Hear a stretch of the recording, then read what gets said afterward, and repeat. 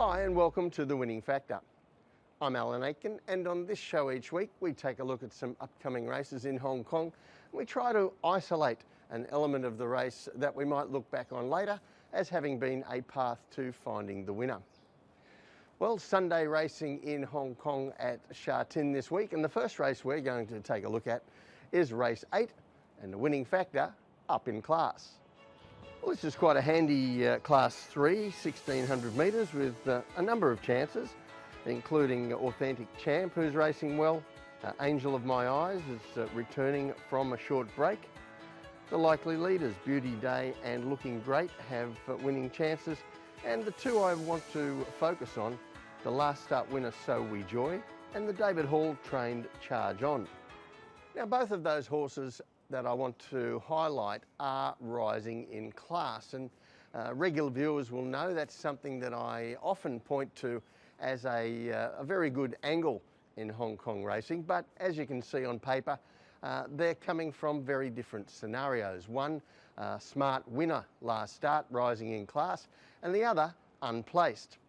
So let's take a look at their performances. First of all, So We Joy. Now, this is race 484. And this is his win 3 weeks ago. He's in pink colours.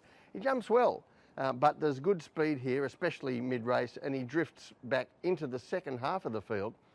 And I guess in the straight, if you backed him, you were halfway through ripping up your ticket when Golden Link goes clear, and So We Joy is finding some traffic at the 300 metre mark. But you can see Zach Burton keeps at him, keeps trying. He persists, gets clear late, and then arrives right on the post. Well, a nice win, and a horse even better suited, I think, by the extra 200 metres on Sunday. 3 days later, Zach Burton was also on Charge On, and this is at Happy Valley in his most recent run, and this is race 489. He's in blue colours. Now, he begins from gate 8, and stepping up to the mile here, Burton obviously wanted to have him handier than has often been the case at 1400 metres, and that looks like the right plan on the heat map. The initial pace is very slow, but we see a clever ride on the leader Thunderstomp from Morera, increasing the pace in the next two sections to have them running at their top, probably 700 metres from home, and that's okay for the lighter weighted horses around him who eventually fight out the finish, but not perfect for Charge On with his 133 pounds and having done that bit of work early, and he weakens out in the final 100 metres. So both horses carried 133 pounds in class 4. One was a winner, one finished 5th, and you're looking at me saying, well, that's chalk and cheese. I know which one I want to be on. However, I think this race sets up differently, and the weight drop might be of more benefit to Charge On. When we look at the map, his run was quite forgivable, I thought, in that race. Now he drops to 116 pounds, and Matt Chadwick could have him just as handy in a race without a lot of speed again, or he could revert to a more conservative mode further back. The inside draw gives him both of those options. But So We Joy, well, he won't get the pace to help him run on this time, and from the wide gate, I think he's fated to be caught wide or stuck way out the back this time, and I don't think that either scenario is going to help him. So the tip in race 8, Charge On, his winning factor up in class. Now, I know a lot of people balk at the idea of backing horses going up in class who haven't won, and there is something to that. The figures are stronger for last start winners going up in class, but it's still a potent angle going up in class and getting the weight drop, regardless of the lead-up form, and it's something that Hong Kong trainers have cottoned on to more recently. We're seeing it more and more. In fact, David Hall has already done it once this season with Red Brick Fighter, and I think he can do it again here with Charge On. The second race I want to take a look at on Sunday is race 9, and our winning factor here, the last start winner. Well, this class 3 has a number of chances to it, all in mind. Drops back in grade with Zach Burton booked, so he's certain to get some attention. Good View Clarico is fitter for a solid recent run down the straight. John Size trained Juno Park, racing particularly well. And the lone last start winner in the field, Chan Cheng Prince.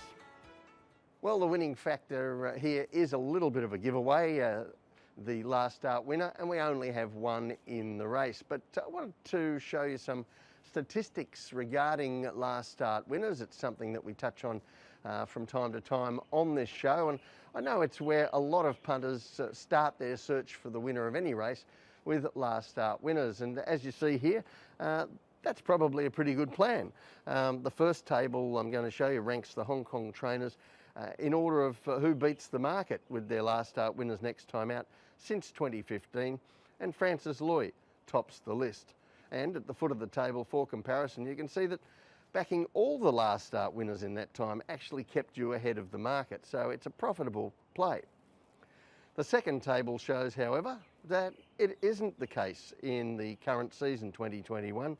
Last start winners are lagging behind market expectations so far, and only 4 trainers are ahead of the betting expectations, but Francis Lui, trainer of Chan Cheng Prince, is there amongst them. And so this is a video of Chan Cheng Prince's last start win, and he was returning from a pretty important holiday. In the 4 months since his previous start, he had been gelded, and I think we saw a better focused, sharper version of the grey in this race. So we'll take a look at that now. He's in pink colours, he's the whitish grey, and just behind the speed with the favourite this day, who he meets again on Sunday, Juno Park, in green colours, always behind and inside him in the run. And Chan Cheng Prince, 3 wide but always with cover, and that was the place to be. Not a lot of speed on, as the heat map shows.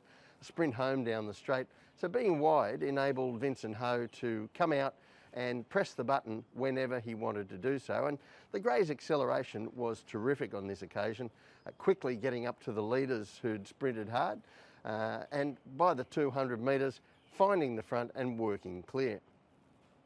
And that acceleration that we were able to see there was also showing up in his times. He ran the fastest final 400 metre sectional time for the day in the turn races, and only one horse went better than him for the last 400, and that was Ping Hai Bravo down the straight course. And when we take a look at the map for Sunday's race, his ability to quicken like that away from his rivals looks a key in this race. Also, not a lot of speed on paper. Chan Cheng Prince should be poised again just behind the front runners, and importantly ahead of Juno Park. Goodview Clarico, well, he might be able to have a start on the grey here, but as yet not totally convincing at 1200 metres, Goodview Clarico. And as far as All in Mind goes from the wide gate, it just looks ugly. He's a horse that normally gets back, but I don't think he's got the pace to really find a good place from that draw. So the tip in race 9, Chan Cheng Prince. His winning factor, the last start winner. Well, those stats show that looking for your winner of any race amongst the horses that have won last start is not a bad shortcut to doing the form, and he's the only last start winner here, and to boot, his trainer Francis Lui, one of our most profitable to follow with last start winners. Well, that's it from the winning factor this week. Good luck on Sunday. We'll see you next time.